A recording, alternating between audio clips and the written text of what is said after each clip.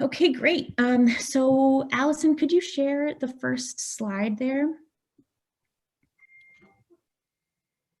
Look at this, Zoom pros, given the thumbs up emoji, they're already muted. It's like we've been doing this for a year or something.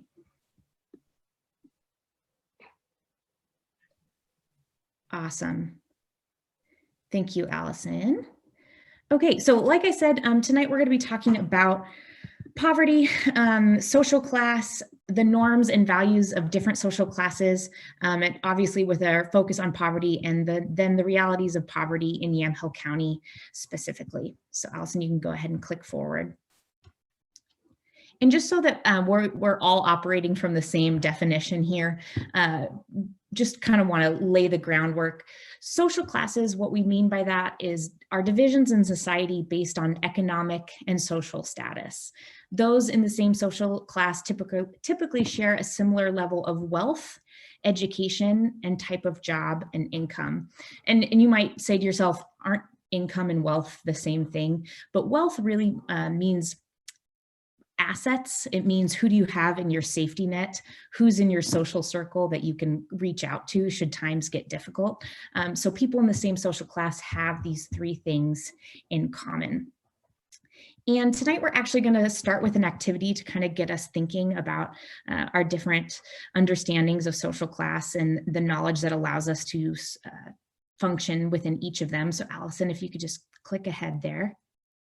Awesome. So we're going to take advantage of Dr. Ruby Payne's Knowledge of Hidden Rules of Social Class, a questionnaire. She has a book called A Framework for Understanding Poverty. So if you have a pen and paper nearby, or if you have a Word document that you could open up and keep track with, that would be great. If you don't either, just keep track in your mind. It's not that big of a deal. But we're going to get started with this. Okay, so within each social class, there exists a hidden set of rules, usually unspoken, that allow people to survive or function within that class. People who grow up in poverty are taught different skills and social norms than people who grow up in the middle class or in the upper class. So with that piece of paper that you hopefully have nearby, again, if you don't have one, it's not a big deal. I'm going to have you make 3 columns on that piece of paper. One with the title of poverty, one with the title middle class, and then the last one, upper class. So I'll give you a second to do that.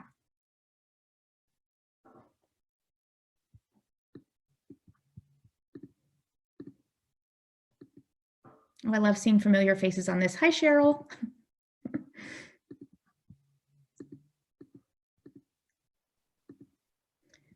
Okay, so you're going to have those 3 categories on a piece of paper. One that lists poverty, second one, middle class, and the third one, upper class. And what I'm going to do is I'm going to list hidden rules or norms or skills associated with individuals in that class that you need to survive or function well within that class.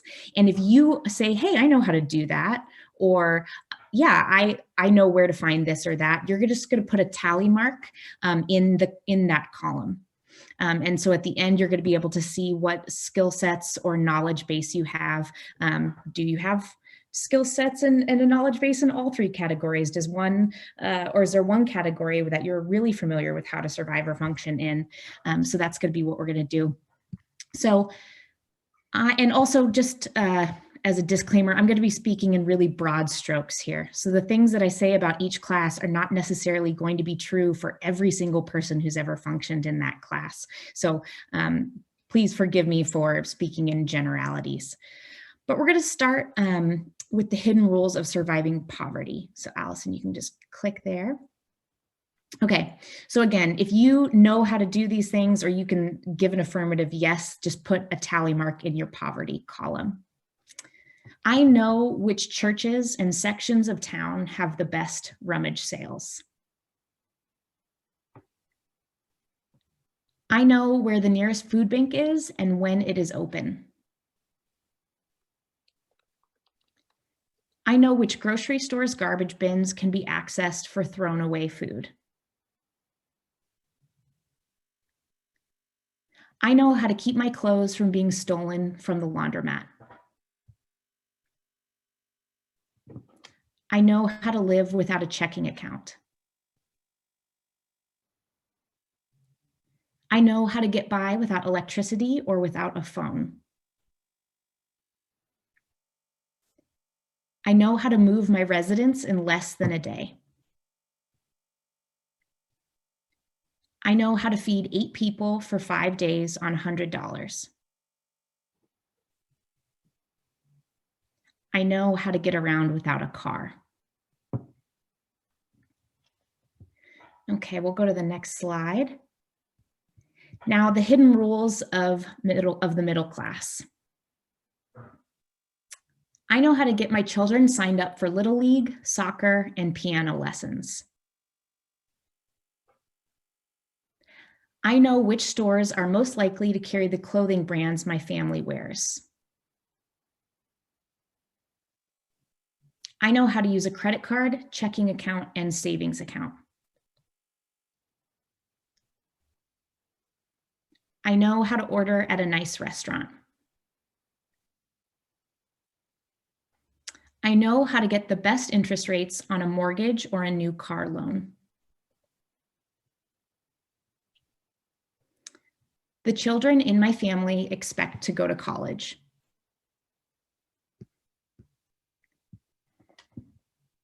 I understand the difference among the principal, interest, and escrow statements on my house payment.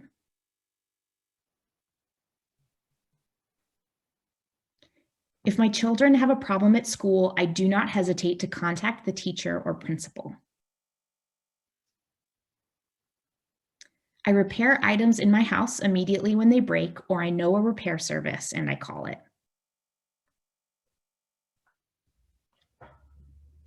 Okay, and finally, the hidden rules of the upper class. I know how and where to hire domestic help, including maids, caterers, and gardeners. I know how to enroll my children in the preferred private schools. I can name my regular financial advisor, lawyer, and hairstylist.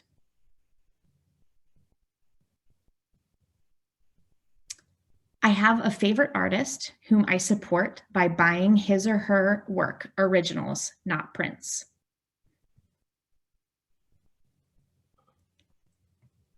I know how to read a corporate financial statement and the stock reports in the daily paper.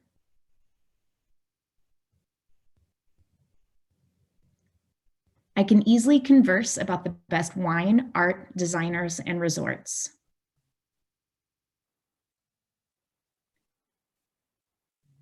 I belong to at least 2 exclusive members-only private clubs. Okay. So we'll go ahead and I should have said this at the beginning. We're gonna hopefully be able to discuss a little bit of this, and I'm hoping you'll feel comfortable sharing. But just a few questions to reflect on. For the first one, I'm curious, for statements you answered yes to, how did you gain that knowledge? Who taught it to you? Where did you learn those skills or tools?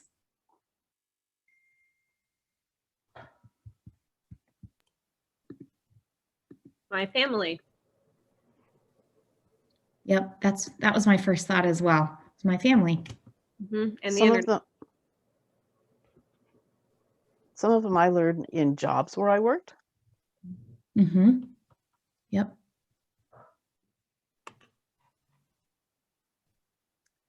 I would say circumstances has been a very big teacher for me.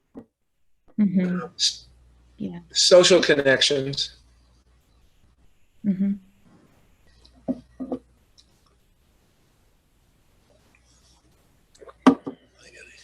And the next question you could just click ahead to there, Allison. And what surprised you, if anything, about these rules in any of the categories? Something you hadn't thought about before, or something that was confusing?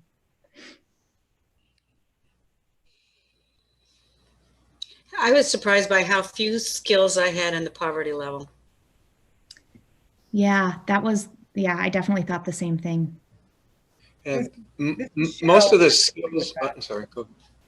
Yeah, this is Cheryl, and it was a little off-putting to me, I guess, to even think, not having any kind of even dreaming of knowing what to do in those things. Even but moving in a day, wow. So it's the Right. And I think to go along with that, just the whole idea of and the things in the poverty, how much time would your day would be consumed doing those things? Trying to get around without a car, or trying to get around to those garbage bins that for the food, it takes a lot of time. You That's know a these great point. your food bank work. Well, I don't know know. quite a few. Yeah, that's a really good point about transportation. I think of a lot of ways that people in poverty are really nickel and dimed, right? So the cost of public transportation, which adds up, the cost of, if you don't own a washer and dryer, going to a laundromat is expensive. After going to a laundromat for a couple of years, you could have paid for a washer and dryer, but all these little ways, and also with someone's time, right? That's time navigating public transportation that you can't be at work, or that somebody needs to babysit your kids. So yeah, I thought this exercise was a good way to think through some of those things. Does anyone else have any other thoughts? Just that it seems like over time, those things don't change very much. The sizes of the groups may change, but in my life experience, because I'm older, the lists are very similar. They would have been 30 years ago. The groups may have changed sizes, but So this is Don here. I have gained more in the poverty list because of my volunteer work at First Baptist with our houseless friends, and they've taught me a lot of things from their experiences that haven't necessarily been mine. Yeah, thank you, Don. Secondhand knowledge, absolutely.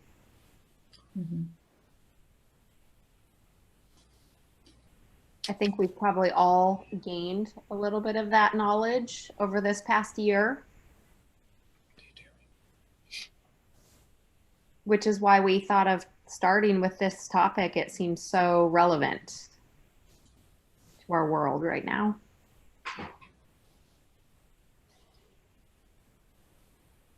Okay, well, thank you all I know it's hard to be in a discussion in Zoom, so I appreciate you all chiming in. So we'll move along here to our next slide. Allison, you're a champ for doing this for me. I really appreciate it. If you just hit the space button, I think you should be able to go.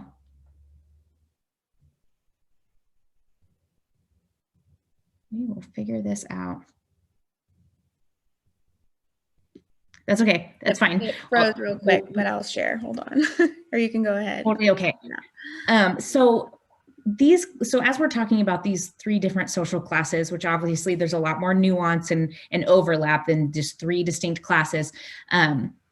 But these classes create their own kinds of culture, complete with cultural norms and values.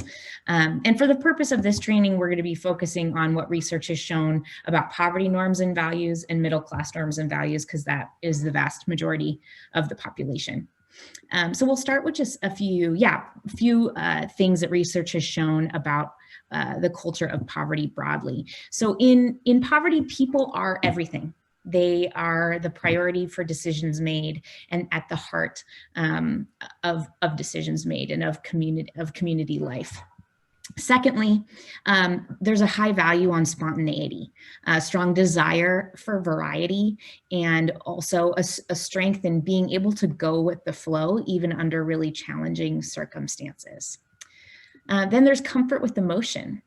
Emotion is shared readily and easily in any situation. I can think of some interactions that I've had with moms at the diaper bank where they've, even with not knowing me very well, feel really comfortable sharing things with me. And coming from my own background of being in the middle class, I can sometimes get uncomfortable with that. And it's been really challenging to me to think, you know what, these are cultural differences and neither one of us is right or wrong, better or worse. It's just different. And so it's part of me growing and being able to meet those moms where they're at so that I can help carry whatever it is that they're sharing with me. And I ultimately grow and am better because of those experiences. And then this community tends to be focused on the present moment. Individuals are highly in tune and focused on what's right ahead, right in front of them. Now, middle class norms and values. In contrast to people being everything, time is everything, right? When you think about how you structure your day or how your work structures their priorities in their days, everything is focused on time and being punctual and efficient.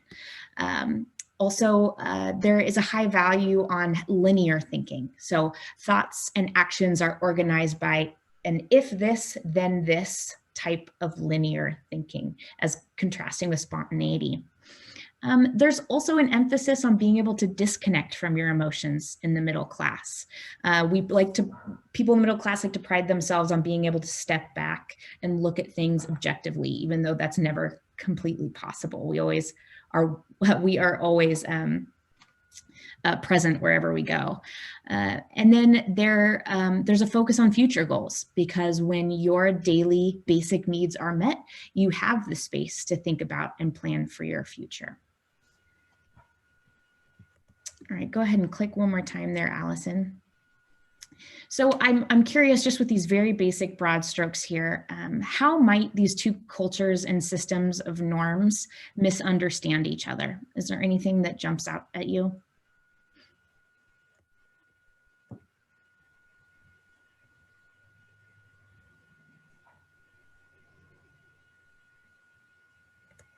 Something that I immediately thought about was I get very impatient when people aren't on time. Like that's a high value of mine coming from a middle class background. And because I was always taught to think that someone who wasn't punctual was being disrespectful. And that's not always the case. That might sometimes be the case with some people, but understanding that with the different priorities come different choices, right? I was in a training on this topic where they were talking about health services worker working with a person who was late to appointments, and it was super frustrating. And then they realized that that was the go-to person in their community when someone needed help moving a couch or watching a child or help bringing in groceries. This person always volunteered to be the helper in that community, and that's why they were late, because people were everything in their culture. And so that's been really challenging to me to view in how I value time over people, and really challenged me to stretch my worldview.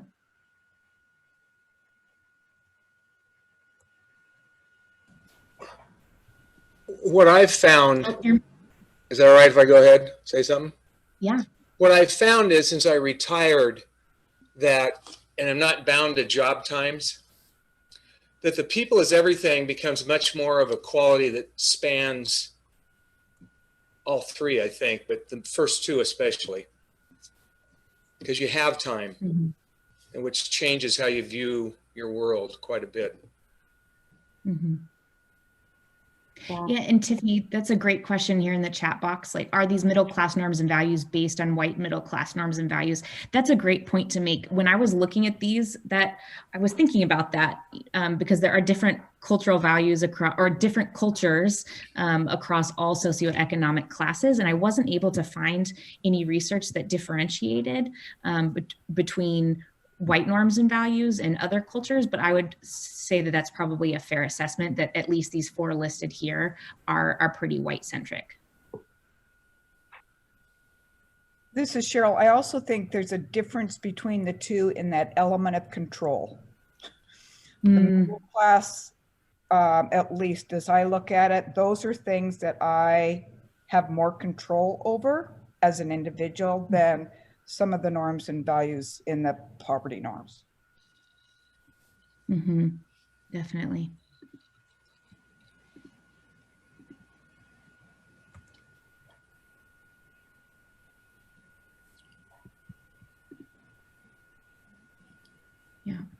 And what barriers do you think might exist for people in poverty who are trying to operate in middle class culture? What kind of obstacles do you think they might run into?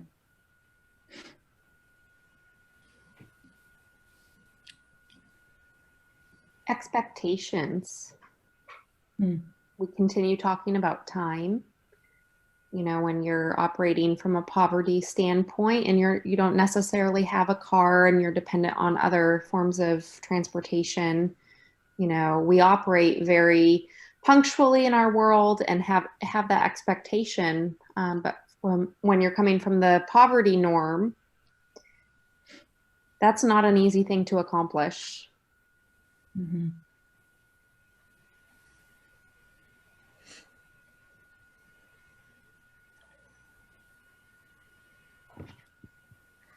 Awesome. Well, thank you. I got one other so thing we're I'll throw in. No, go ahead. Well, Yeah. having worked in schools, I think it's really difficult sometimes for school staffs who are primarily middle class, not exclusively, to understand children and families from poverty, especially if they're in a school that maybe has a lower amount of that. Because the expectations, what happens when they leave the school building and go home, doesn't always fit, or the way kids respond doesn't always fit. So I think there's a real, I'm sure that's true in other parts of society, but that's the part I know very well. And to me, that was pretty obvious in the role I had. Yeah, I bet. Yeah. Awesome. So a few years ago, a group at MIT created a database called the Living Wage Calculator, where you can search zip codes within the United States and pull up 3 data points for that area: a living wage, poverty wage, and minimum wage. So the living wage is the hourly rate that an individual must earn while working full-time to support themselves and their family and get by. Not live super comfortably, but make it, quote unquote. A poverty level wage is an hourly wage that would leave a full-time, full-year worker below the federal poverty guidelines for their family size. And that's important because the federal poverty level is used to establish who qualifies for certain federal subsidies and aid, like Medicaid, food stamps, the Children's Health Insurance Program, and the National School Lunch Program. Minimum wage doesn't really need a lot of explanation. It's the minimum wage for that area. So as you can see here with this chart, I put in 97128, and it starts with, right, that first box there would be like for someone like myself. I'm a single person with no dependents. To make it in Yamhill County, I would need to make $15-16 an hour. To qualify for federal subsidies, I would need to be making the equivalent of $6 an hour. But minimum wage in Yamhill County is $11.25. And then just as a personal anecdote, my first job out of college, I made $15 an hour. And I can tell you that there was no wiggle room there. And I only survived because I had lots of help when I needed it. So that's even a very, very conservative example of a living wage. And then, of course, you need to be making more. The more children or dependents that you have, the poverty wage goes up a little bit, but minimum wage remains the same. The next slide, because I thought this was very interesting. Can I interrupt? Yes. Yeah, Dawn. Just an update. This was true before July 1st. Minimum wage is currently $12, and on July 1st, it will go to $12.75 for Yamhill County. I didn't know that. That's excellent. Thank you, Don. Right direction, at least. Yes. Yeah. And the next slide here, we have, if let's say you're 2 adults and one is working, maybe it's a husband and a wife, and one of them is staying home with kids because child care is prohibitively expensive for most people. You see the living wage goes up. And of course, minimum wage remains the same. And then the final one here, 2 adults who are both working. Really, the common theme is here that working full-time at minimum wage will not provide adequately for a person's basic needs, let alone a family's basic needs. But it also is a catch-22 because it excludes you from a good number of federal benefit programs. I was thinking of an interview I watched with Dr. Martin Luther King Jr., where he says, "I believe we ought to do all we can and seek to lift ourselves up by our own bootstraps. But it is a cruel jest to say to a bootless man that he ought to lift himself up by his own bootstraps." And the way that minimum wage functions in this country, as well as our social safety nets, leaves millions and millions of people without boots. And the minimum wage, which was created by President Franklin Roosevelt, was created expressly to ensure that people of all skill levels, if they worked, could earn a decent living off of those wages. But that is obviously not true of the minimum wage today anywhere in the country. We'll go ahead and go to the next slide. So when talking about poverty, it's important to note that nationwide, people of color experience higher rates of poverty than white communities. There's a lot of reasons for that. I am no expert, but I think it is very safe to say that historical and modern discrimination in our systems has led to that experience, this disproportionate experience of poverty by people of color.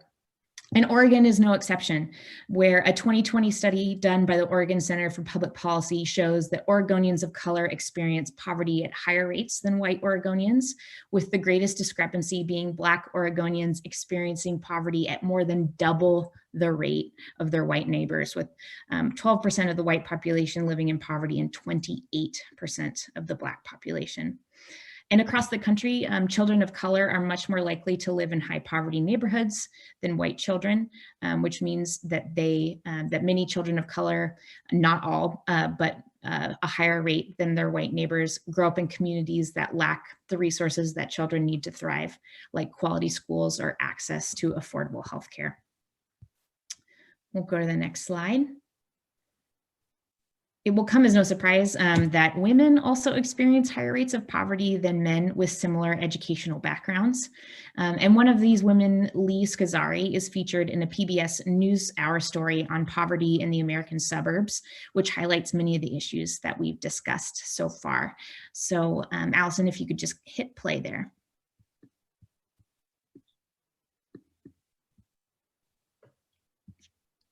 Oh, might have to turn your volume up there. Can you guys hear it? No. I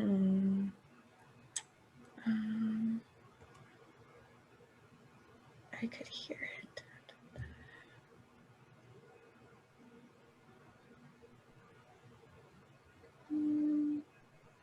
You might have to stop your share, and then when you share again, hit use computer sound. Okay. I have found that that is often a barrier. Thank you. Okay.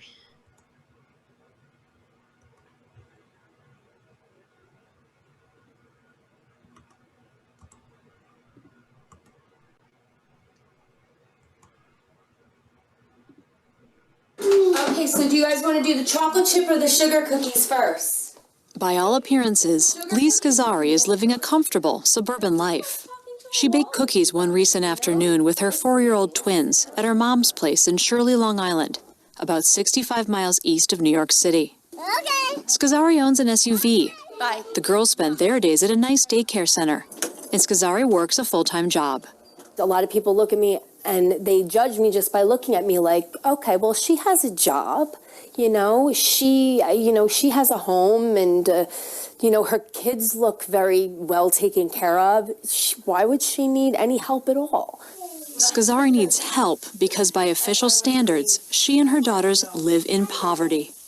Her job as a certified medical assistant pays just over $19,000 a year and offers no benefits.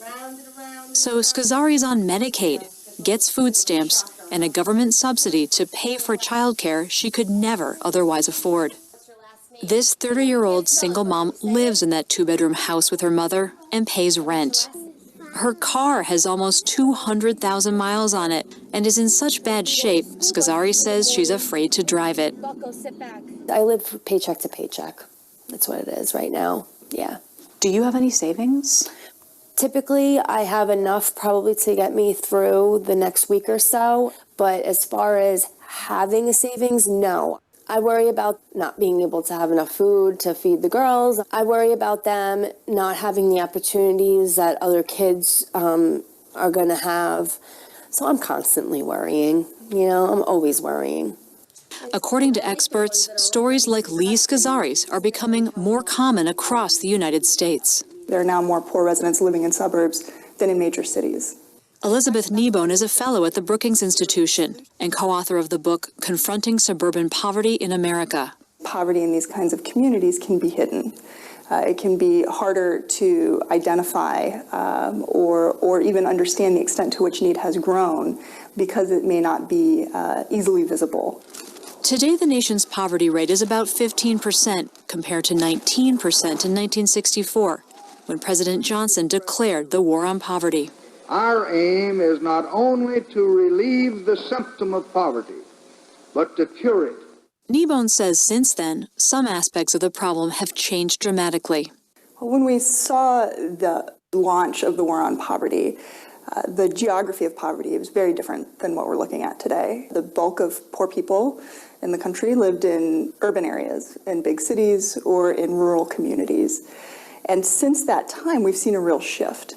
According to Kneebone, since 2000, the number of poor people living in suburbs has grown by 65%.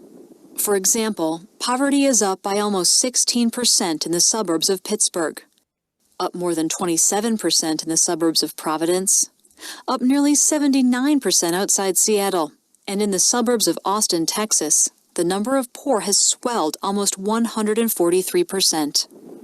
More poor people now live in America's suburbs than in cities or in rural areas. The main explanation for this shift is simply demographics. Many more Americans have moved to suburbs in recent years, and that growth included low-income residents and new immigrants. Other factors? Suburbs are still recovering from the foreclosure and financial crises. Kneebone says federal programs for the poor were mostly designed back in the 60s with rural or urban communities in mind. And when hard times came to the suburbs, many were not prepared.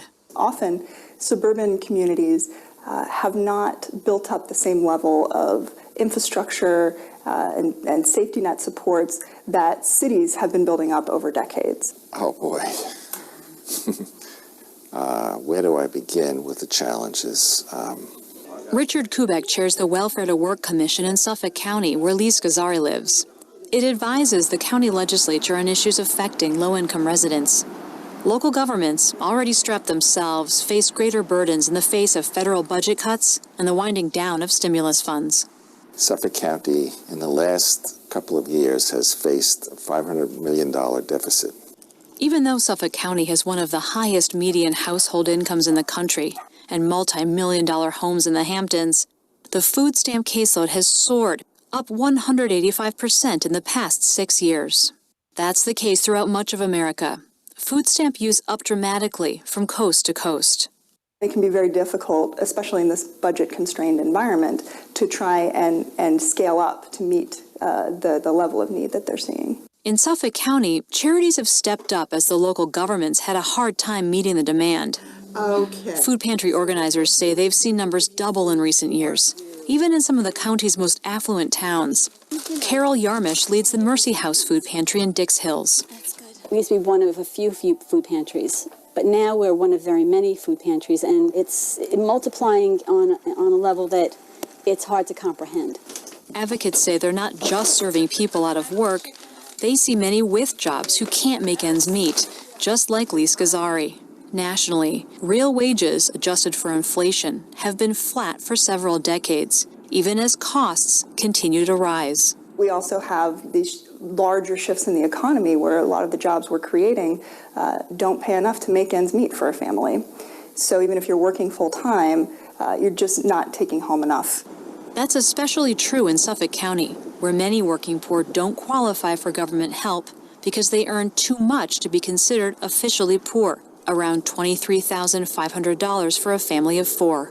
Despite our affluence, we have a lot of middle-income people who are struggling. We are one of the most expensive communities in the United States in terms of everything: gasoline, housing, food. In 2012, Kubek's commission put out a study estimating that, because of the high cost of living here, the poverty rate's at least 20%. That's 3 times higher than the official census figure of less than 7%. Another major problem and expense is transportation. In many suburbs, public transportation is limited. Until recently, buses in Suffolk County didn't run on Sundays. If you're a working poor person, if you're, for example, a home health aide, many of them work on Sundays, what do? How do you get to work? Unless someone drives you, you take a cab, which could eat up 20 to 50% of what you're earning that day. So many poor people, like Lee Scazzari, depend on their car. And car insurance and gas eat up about $600, more than 40% of the roughly $1,400 she takes home each month. And in case you're wondering, Scazzari's mom, who just turned 60, really isn't in a position to help. She's working 2 jobs to maintain the family home she inherited, and last year paid property taxes of around $7,000 on their small 2-bedroom home. So why do you stay in this house and in this neighborhood if it's so expensive? Because my mother is the only family that I have. This is her home. She said she'll never leave here. I can't force her to want to leave just because the cost of living is inexpensive someplace else. We do put on our socks like the girls. Scazzari says she's also gotten no help from the twins' father. The child enforcement is trying to help me locate Dad. Before I even knew that I was pregnant with them, I got up one day and he was gone. Some people might say, okay, the situation happened to you, but why should taxpayers help fund some of these programs that you are being helped by? I mean, I started working when I was 12 years old. I've been working ever since. I've put into just as much, if not more, than what I'm asking for, you know? I understand the backlash, I really do. But at the same time, like, this is only temporary. But for the moment, she's facing a catch-22. The more she earns, the worse off she might be. Because if she accepts the small raises she's been offered at her job, she'd earn too much to qualify for the childcare subsidy. And if she lost that, she'd have to stay home with her kids, meaning she'd have no income at all. A system that works against the system's own interest, it's just so counterproductive. The Suffolk County Welfare to Work Commission's trying to address this and other issues affecting the working poor. It's pushed for more childcare funding, held hearings to call attention to growing poverty, and helped get some public bus lines running on Sundays and later at night. Experts say it's critical for suburbs across the nation to recognize and address the changing face of poverty. What we're seeing in terms of the growth in suburban poverty is a real pressing policy concern looking forward. If we think about the war on poverty, 50 years ago, when Lyndon Johnson declared this war, if everybody had known what was going to happen, what would we have done differently? This is our opportunity now for suburbs to answer those questions.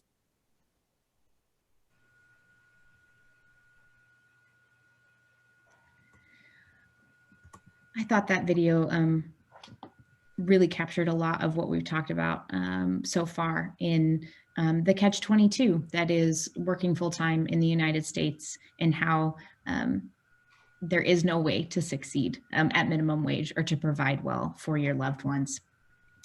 So we'll go to the next slide here. Of course, you know, anyone who's taken a public speaking class would tell you now is when I would tell you, here's the magic wand to wave, and we will be able to just, you know, all 22 of us fix this problem. And while I do have some concrete things to share, I have to acknowledge that structural problems need structural solutions. And so poverty is a structural problem in the United States and in Yamhill County. To quote Dr. King again, who at least a lot of white people don't realize, in the final years before his murder was had a laser-like focus on the problem of poverty in the United States and across the world, once said, "True compassion is more than flinging a coin to a beggar. It comes to see that an edifice which produces beggars needs restructuring." So it's critical that we be informed and involved in places where decisions get made at local, state, and federal levels. We have to hold our elected officials accountable for how they plan to address growing wealth inequality and the plight of the working poor. Go ahead and click ahead. It's really important to invest in high quality childcare and early education programs like conveniently a family place and safe families programs, as well as programs like Head Start. The research is clear that high quality childcare and early education programs help low-income children build the foundation for skills that enable better education, job success, and higher earnings throughout the rest of their life. So already by volunteering with our programs and loving our kiddos and supporting their families the way that you do, you are doing tremendous work to combat poverty in our community.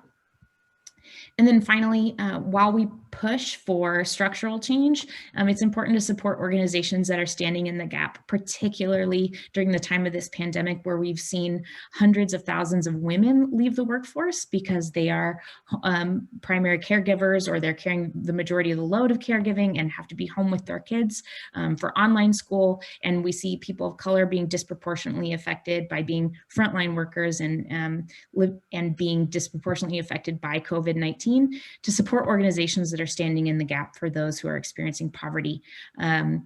In our community, obviously there's programs at Lutheran, there's YCAP, Habitat for Humanity, and the Henderson House are all doing phenomenal work, but I do know that all those places are being stretched to their limit because the need is so high.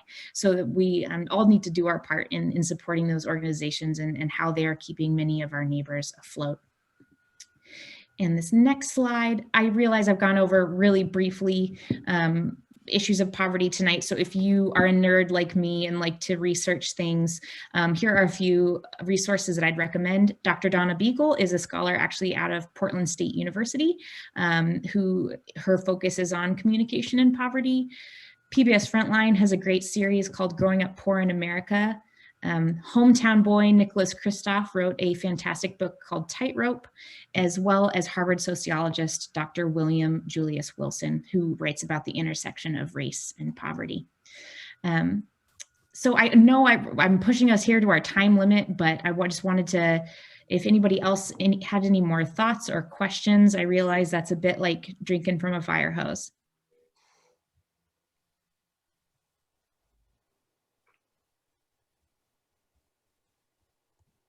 That's a good way of putting it, Sarah.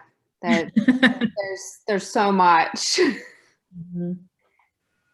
That was fantastic, though. So much I know is just churning in my mind, just listening to this little portion. And Rachel, you deserve a lot of credit for the work you've been doing on the front lines with Lutheran and getting food boxes to families for almost like 9 months now. So you've been doing tremendous work. We've got a lot of representation in our volunteer force right here with us. I'm just curious, actually, from all of our volunteers out there, what kind of questions you might have, what kind of issues you might have run into during your time volunteering with us and directly stepping up to help in these kinds of situations. Anything that you've just noticed or questions that you've had?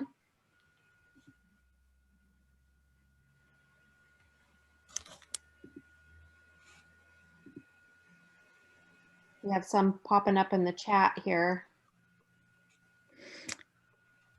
Sure. I am no expert on what the structural policy changes, what those need to be made. I'm of the personal opinion that the minimum wage needs to be raised yesterday. Because that would go, that's not the sole thing that needs to be done, but in my personal opinion, that would bring millions of people out of poverty. Absolutely. I agree on that personally. It's so hard, as we listened to in the video that you shared, Sarah, when you're in that kind of sweet spot of you're making just enough to pay those bills, but if you make a tiny bit more, then you're not going to be eligible for government support, and that's just a constant stressor. And I think that that's a big part of poverty that often we all don't think about, just the constant stress that these people are under, just having to think about every single decision that they make. And that really affects us emotionally, mentally, and then that gets passed down to our children. It's really such a ripple effect. And I know that that is a family place's whole premise. That's the building blocks that we stand on. We're trying to reduce stress in the lives of anybody in our community here that's at risk. And I know Safe Families is doing the same thing in a different way. But I think that all of you volunteers here today should feel proud to be part of reducing the stress that we have right here in Yamhill County. Absolutely. Someone else added in the chat box, not just the minimum wage raise, but limits on annual rent increases, which is a really good point. For Safe Families specifically, a lot of our referrals of families in need are facing homelessness. So I know that is a huge stressor as well. Bruce, are you guys saying something? Oh, we can't hear you. Oh, you're muted.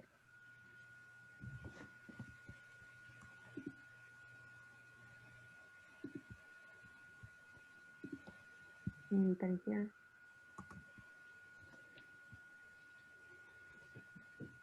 Bruce, if you can hear us, you can type in the chat box too.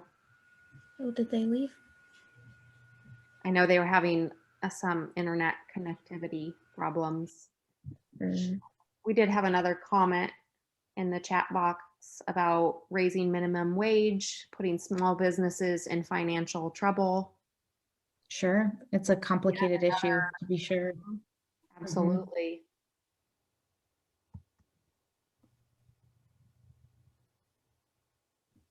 And like you, Sarah, I'm no expert in what the solution is to that. Right. But I think we're all here to recognize that it is a problem. Right. Absolutely.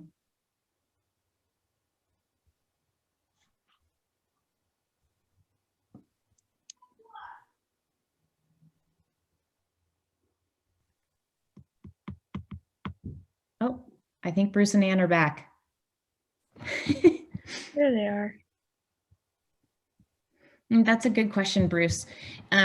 If someone does escape the cycle of poverty, how do they change or adapt to those new cultural norms? I would really point everyone to Dr. Donna Beagle's work out of Portland State University. She talks about growing up in generational poverty and then going on to do her undergraduate, master's, and PhD work, and the sheer shock that she experienced in having, she had an advisor tell her that I'm going to teach you, or I'm going to help you become bilingual. I'm going to teach you to speak middle class. And she has a phenomenal perspective on that. But yeah, I think also realizing that it's on people who, it's on people in the middle class and the upper class to evaluate our systems and operations in the way, especially in human services, and not just think our way is the right way, but help adapt to different communication styles so that everyone can have access to the support that they need.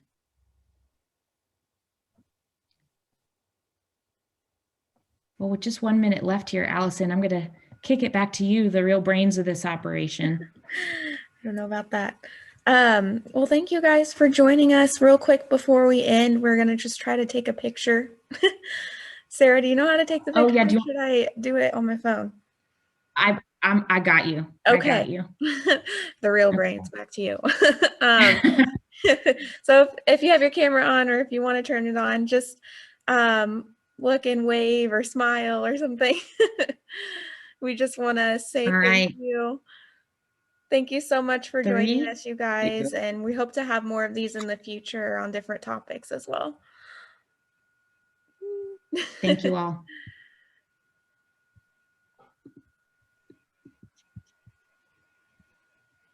Oh, Rachel, you're muted. There we go. I'm going to just chime in. I'm going to put some information in the chat box here. If anyone has any further questions, just wants to reach out and talk about the topic. If you'd like to attend some of our future trainings, we're planning on doing this once a month going forward with various applicable topics to all of our volunteers. Please feel free to reach out to Allison, myself, Sarah, and just give us your thoughts, your questions.